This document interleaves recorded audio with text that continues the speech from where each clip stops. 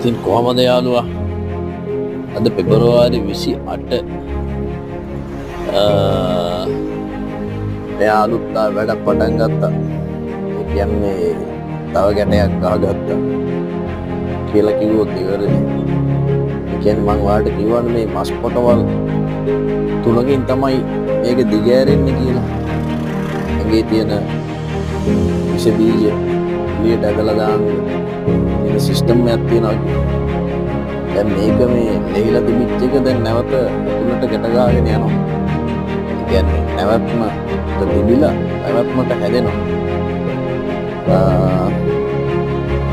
තාම මේ දැසන වැසිකිලි කැසිකිලි ගිහිල්ලා නැහැ. ඒ තියෙන